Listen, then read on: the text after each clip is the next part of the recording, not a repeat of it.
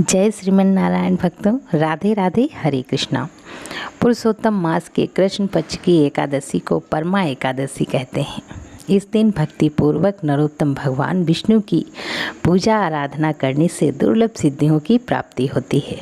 राजा युधिष्ठिर ने पूछा, हे जनार्दन, पुरुषोत्तम मास की कृष्ण पक्ष की एकादशी का क्या नाम है? उसके व्रत की विधि तथा महात्म्य विस्तार पूर्वक हमें समझाइए। श्री कृष्ण बोले, हे राजन, इस एकादशी का नाम परमा है। यह मनुष्यों को जो है मोक्ष देने वाली, भोग तथा आनंद देने वाली पवित्र व पाप नाशक एकादशी है। इस व्रत की विधि व शुक्ल पक्ष की एकादशी के समान है। इस एकादशी में भक्ति पूर्वक नरोत्तम भगवान का धूप, दीप, नैवेद्य, पुष्प आदि से पूजन करना चाहिए। इस संबंध में एक पौराणिक कथा है जो काम्पल्य नामक नगर में मैंने ऋषियों से सुनी थी, वही मैं तुमसे कहता हूँ।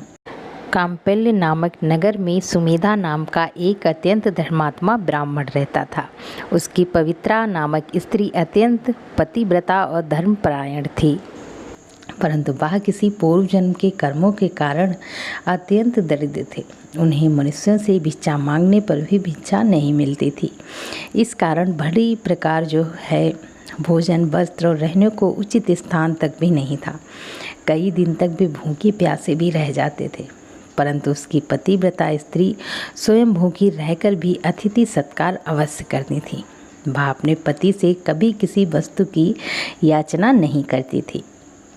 इस प्रकार अपनी स्त्री के दुर्लभ शरीर एवं घर में अन्न का अभाव देखकर सुमेधा एक दिन अपनी स्त्री से कहने लगा, हे प्रिय, यदि मैं किसी श्रेष्ठ मनुष्य से धन मांगता हूँ तो मुझको कोई धन नहीं देता।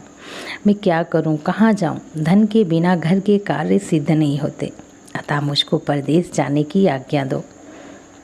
पति के दुखपूर्ण वचन सुनकर वह सुंदर नेत्रों वाली स्त्री नेत्रों में आंसू भरकर तथा दोनों हाथ जोड़कर बड़े विनीत भाव से अपने पति से आज्ञा मांगकर कहने लगी, हे स्वामी, संसार में मनुष्य को जो कुछ मिलता है वह पूर्व जन्म का दिया हुआ ही मिलता है।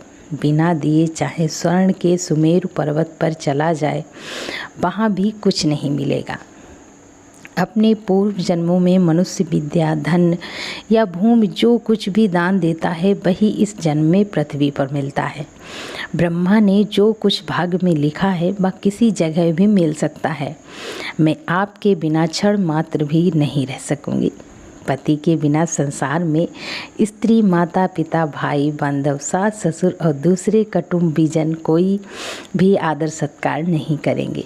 सब पतिहीन तथा भाग्यहीन कहकर निंदा करेंगे। अतः इस जगह रहकर जो भी मिले उसी में सुख मानिए। अपनी स्त्री के ऐसे वचन सुनकर वह ब्राह्मण परदेश नहीं गए। एक समय मुनियों में श्रेष्ठ कौंडिल्य मुनि भाग्यवश वहाँ पर आ गए। उनको देखकर सुमेधा अत्यंत प्रसन्न हुआ और अपनी स्त्री सहित शीघ्रता से बड़ी नम्रता के साथ बारंबार उनको नमस्कार किया और कहने लगा, हमारे बड़े भाग्य हैं जो आपके दर्शन हुए।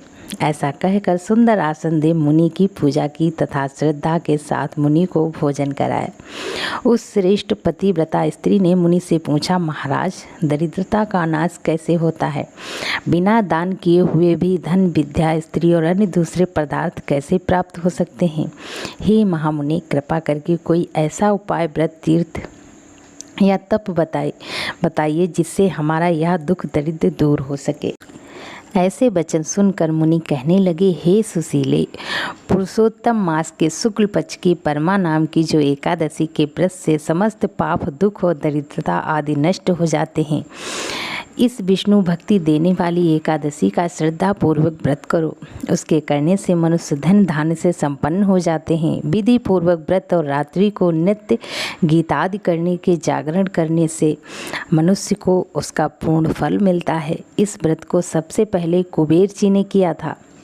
तब श्री शिव जी ने प्रसन्न होकर उनको धन का स्वामी बना दिया था। फिर राजा हरिश्चंद्र ने किया तो अपना खोया हुआ राज, ऐश्वर्य तथा स्त्री पुत्र को पुनः प्राप्त किया। अतः तुम भी इस व्रत को करो।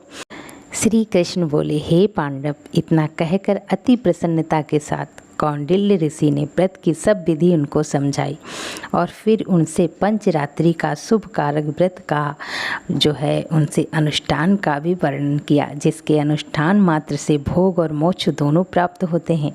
उन्होंने कहा, परमा एकादशी के दिन प्रातःकाल नित्य कर्म से निवृत्त होकर स्नान आदि के पश्चात यथाशक्ति पंचरात्रि का जो है व्रत करने का नियम करें। जो प्रातःकाल स्नान करके 5 दिन तक निर्जल व्रत करके निराहार रहता है, वह अपने माता पिता तथा स्त्री सहित विष्णु लोक को जाता है। जिसने 5 दिनों तक स्नान आदि करके विधि पूर्वक ब्राह्मण को भोजन कराया, उसने सबको भोजन करा दिया। जो मनुष्य इस व्रत में स्नान करके 5 दिन तक तिल घी से भरकर पात्र का दान करते हैं, वे समस्त सुखों को भोग कर स्वर्ग लोक में आनंद प्राप्त करते हैं। कौंडिल्य ऋषि कहने लगे, हे पद्मिनी, तुम भी अपने पति सहित इस व्रत को करो। इस व्रत के करने से अन्न और धन से युक्त होकर तुम दोनों अंत में स्वर्ग को जाओगे। उस ब्राह्मणी ने कौंडिल्य ऋषि की बताई हुई विधि के अनुसार 5 दिन तक परमा एकादशी का व्रत किया तथा 5 रात्रि के समाप्त होने पर भजन कीर्तन तथा रात्रि जागरण भी किया। व्रत के पूर्ण होते ही उस स्त्री ने एक राजकुमार को वहां आते देखा। राजकुमार ने ब्रह्मा की प्रेरणा से सब सुंदर वस्तुओं सहित नवीन ग्रह देकर उसमें उनका निवास कराया। तत्पश्चात उस राजकुमार ने सुमेधा की तपस्या से प्रसन्न होकर 1 ग्राम उनकी जीविका निमित्त दान किया। मल मास की शुक्ल पक्ष की परमा एकादशी का आदर सहित व्रत करने से वे समस्त पापों को मुक्त होकर इस लोक में अनंत सुख भोग कर अंत में विष्णु लोक को गए। जो मनुष्य यह मानव देह प्राप्त करके भी भगवान विष्णु को प्रिय अधिक मल मास में एकादशी का व्रत नहीं करते, वे 84 लाख योनियों में भटकते हुए दुख पाते हैं। मनुष्य देह अत्यंत दुर्लभ बड़े पुण्य प्रताप से मिलती है। भगवान श्री कृष्ण बोले कि जो कोई मनुष्य मलमास के शुक्ल पक्ष की एकादशी को विधि पूर्वक और श्रद्धा से पंचरात्रि व्रत और परमा एकादशी का व्रत करेगा, वह इंद्र के समान भोगों को भोग कर अंत में तीनों लोकों में बंधित होकर विष्णु लोक को प्राप्त होगा।